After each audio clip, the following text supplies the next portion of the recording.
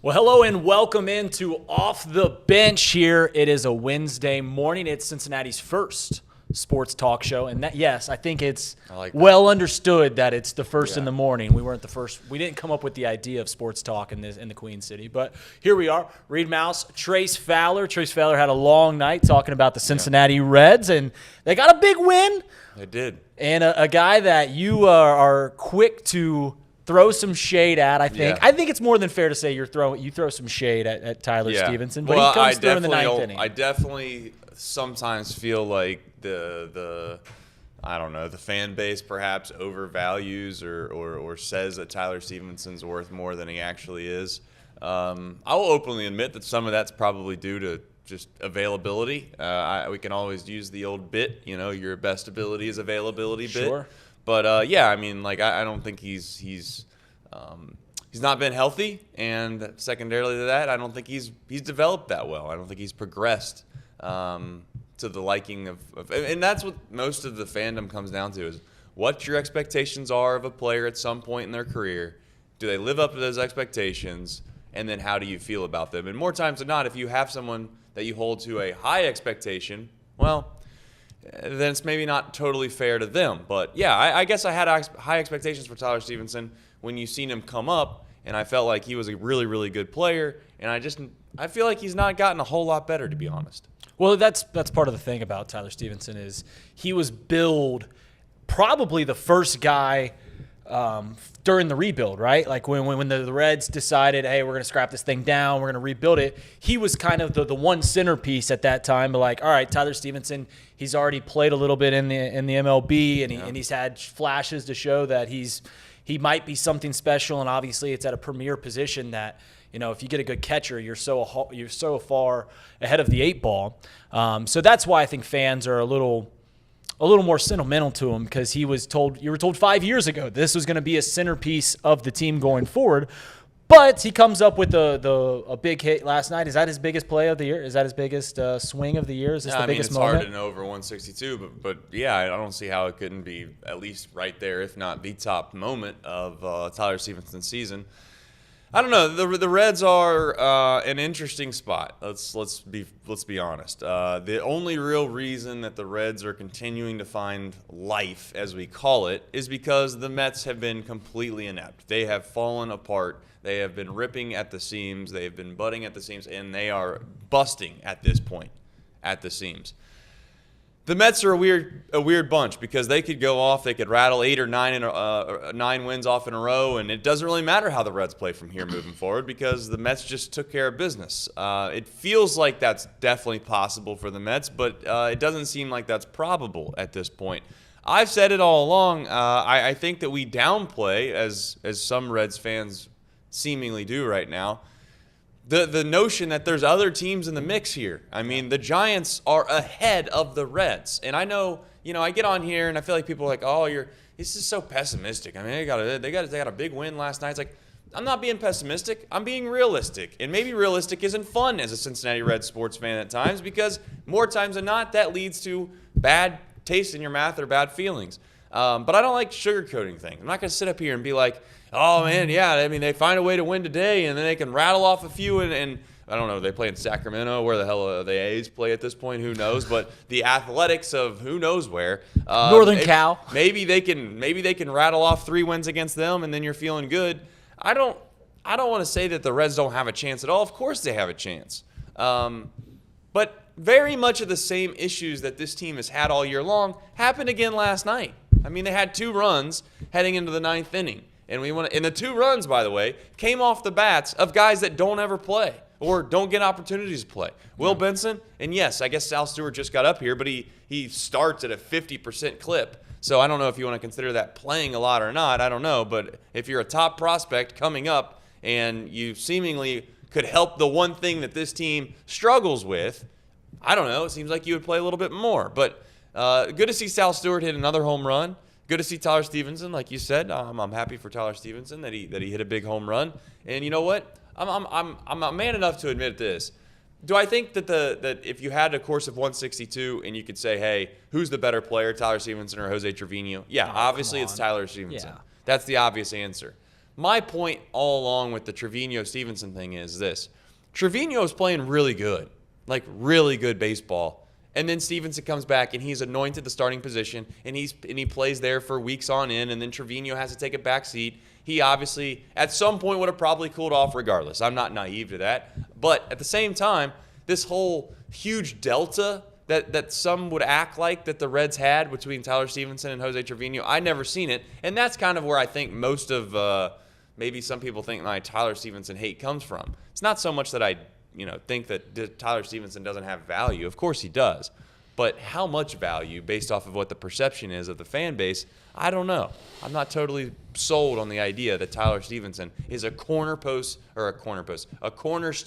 foundational piece to a good baseball team. I think he's a good player at his position, but I don't think you're going to go out and be like, yeah, let's build around him like at one time everybody said they would. And sadly, that's what happens in this town is we get a couple prospects or someone that comes up. Yeah. We're not a very good team, so you got to latch on to something, and then you latch on to these prospects, and guess what happens? You get, I guess your expectations get a little too high, and then you get let down. Ellie's having for all intents and purposes, not a terrible season, but if you ask most Reds fans how Ellie's season has gone, they're going to tell you that it's been a bad season. And the only reason they're going to say that is because of the expectations that came in with Ellie De La Cruz and what he's been able to produce this year. So that's the nuts and bolts of it right now. Listen, if they find a way to win today, they'd be stealing a win.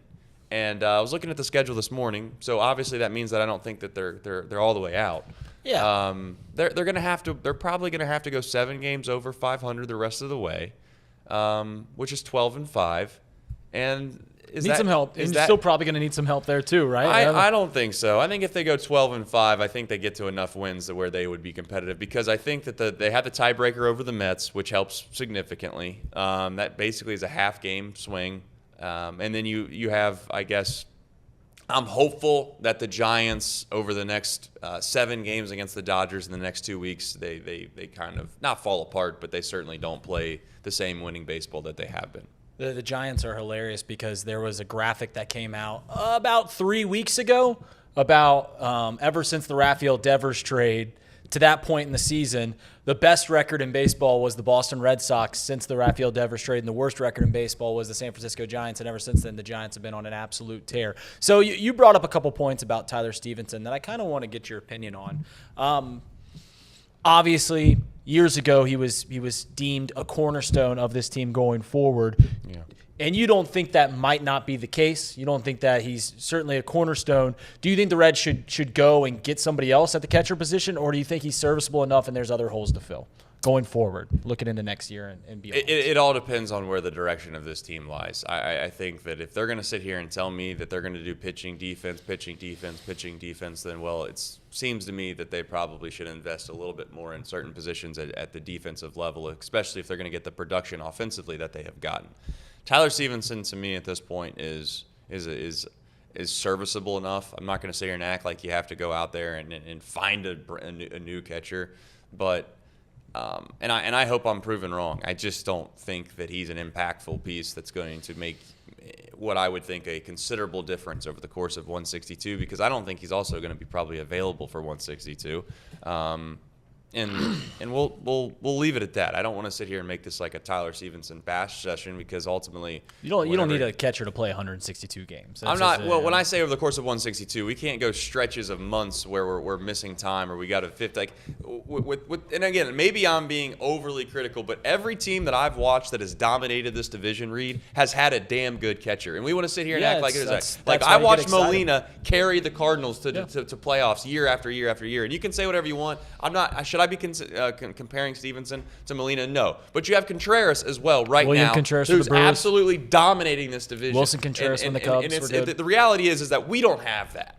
We don't have that. We can act like we do. We can say that Tyler Stephenson's that type of player, but you'd be lying to yourself if you think that. But is he serviceable enough? Yeah, probably if he had a great team around him. But again, we can keep going down this domino. Is Steer serviceable enough at first base if you had a great team around him? Of course he probably is. You could probably hide that to a certain extent. Is Ellie serviceable enough? Of course he is if you have a great team around him. But all of these guys combined make up a mid-baseball team. And that's where we're stuck right now, offensively, to be clear. The pitching is a whole different story. And that's, to be honest, that's the thing that's crazy to me, is that the pitching has been so damn good that it has allowed a portion of this fan base to act like the offense or the position players, it's not as big of a deal. I got news for you. If the Reds would have went out and they had a poor offense or poor pitching performance this year, and they're on pace to win 68, 69, 70, 71 games, we'd have a huge problem in this town about almost everybody that plays a position.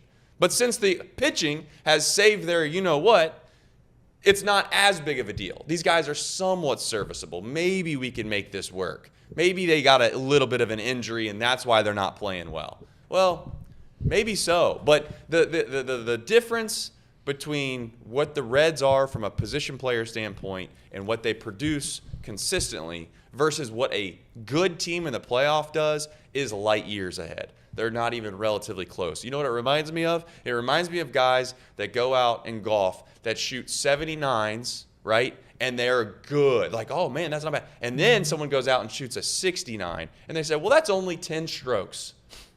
Well, you know what? 10 strokes isn't a massive amount of strokes. Might not be to the actual casual because, you know, one day you might say that seems like a delta you can get to, but it's not even really close. And maybe 10 strokes is too much. Maybe it's more like 5 strokes where you can be like, well, if you take that hole away and this hole away or those holes reverse, we'd be there. But that's not how golf works, and that's not how baseball works. 5, 6, 7 games is a pretty considerable difference. No doubt. If the Reds were up 4 games right now, we'd be talking about the playoffs. We wouldn't even be considering missing the playoffs. And to carry on your analogy with golf, the difference between shooting, if you're talking 10 strokes, the difference between a 99 and an 89 is different than 79 to 69. The skill gap between those two separates are vastly different. 100%. I will push back on your Jose Trevino delta and what you were getting out of Jose Trevino here in the second half. Jose Trevino, his OPS in the second half is We're talking about the second half. I'm not talking about the second half. I'm not talking about the second half. I'm talking about the very beginning of the year. Once you go to the first 2 months of the season, and then all of a sudden Trevino sits. I'm not talking about the second half when Stevenson comes back from his thumb injury from whatever it was. We're talking about 2 different stints. But Tyler Stephenson was hurt at the beginning of the year. Right. And he also was hurt in the second half, too. I get it. It's kind of hard to differentiate when Tyler Stevenson's available and not available. I understand. Sure. It's multiple different times. In the last 2.5 months, Jose Trevino has 3 extra base hits as a hitter. So I'm completely aware. Okay. But let's not act like Tyler Stevenson's a world beater either.